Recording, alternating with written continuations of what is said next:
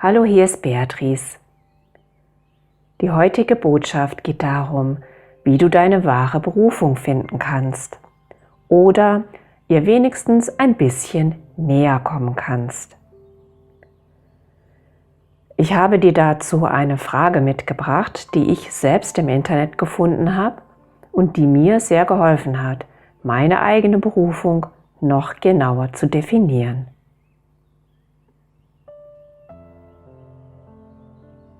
Die Berufung wird oft auch Lebensaufgabe oder Bestimmung genannt. Erstmal möchte ich darauf hinweisen, dass das Wort Lebensaufgabe ein wenig ungünstig ist. Denn das Wort Aufgabe impliziert, dass es sich um etwas handelt, das anstrengend ist.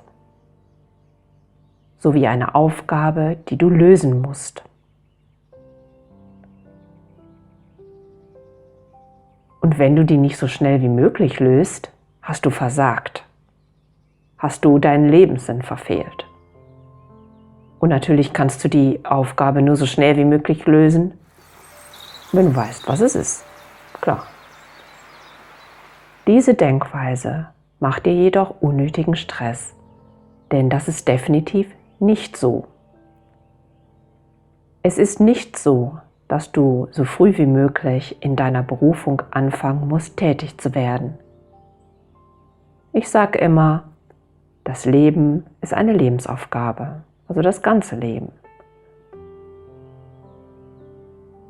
Oft denken wir dabei auch ganz spezifisch an eine Tätigkeit, mit der wir unser Geld zum Leben verdienen. Klar, und das ist auch in Ordnung. Aber es begrenzt unser Denken auf Berufe, die es in unserer Gesellschaft so eben schon gibt.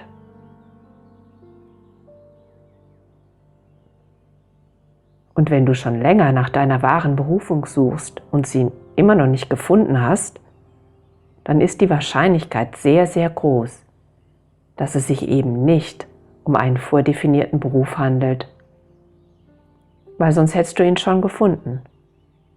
Vielleicht ist es auch was ziemlich Exotisches.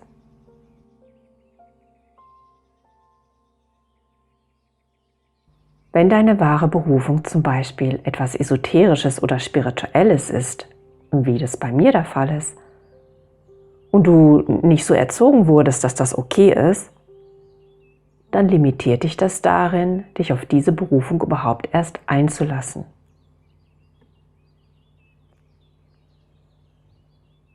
Du siehst, wie immer kommt hier ins Spiel, welche Glaubenssätze du in deiner Kindheit über die Berufung und das Arbeiten an sich angenommen hast. Aber oft kommt noch etwas hinzu. Wenn du in einer Umgebung aufgewachsen bist, in der du viel unter Druck gesetzt wurdest, Dinge zu tun, die von dir verlangt wurden und nichts anderes, dann hast du nie gelernt zu wissen, was es ist, das du wirklich tun willst. Wenn es nie okay war, wenn du etwas getan hast, das einfach so aus dir herauskam, oder wenn alles, was du erschaffen hast, kritisiert wurde, dann ist es logisch, dass du jetzt immer noch Schwierigkeiten damit hast, etwas aus dir heraus zu erschaffen und zu wissen, was du willst. Und das kann sich auch auf andere Lebensbereiche beziehen.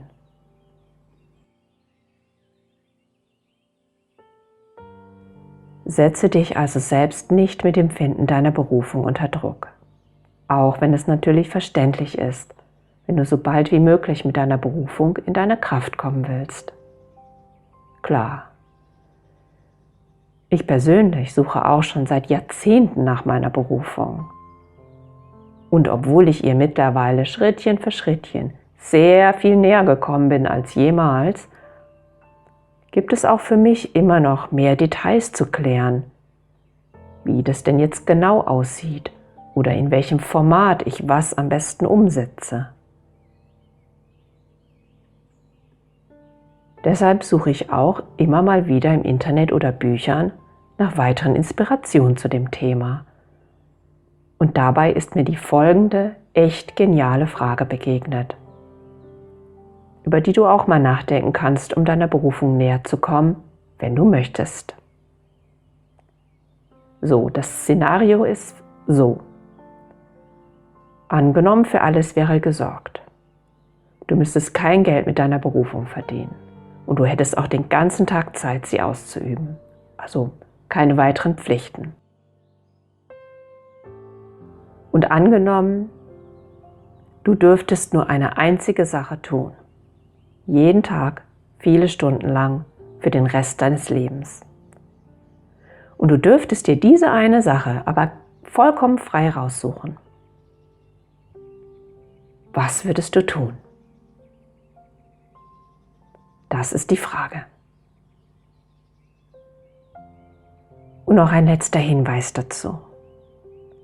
Bedenke, dass eine Sache nicht nur eine einzige Tätigkeit beinhalten muss, wie Malen oder Computerprogrammieren.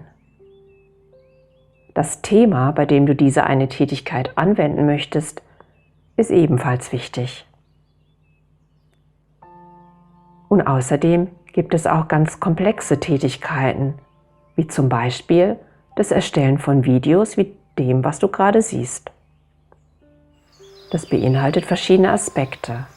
In dem Fall das Filmen, das Erstellen des Skripts und das Schneiden des Videos.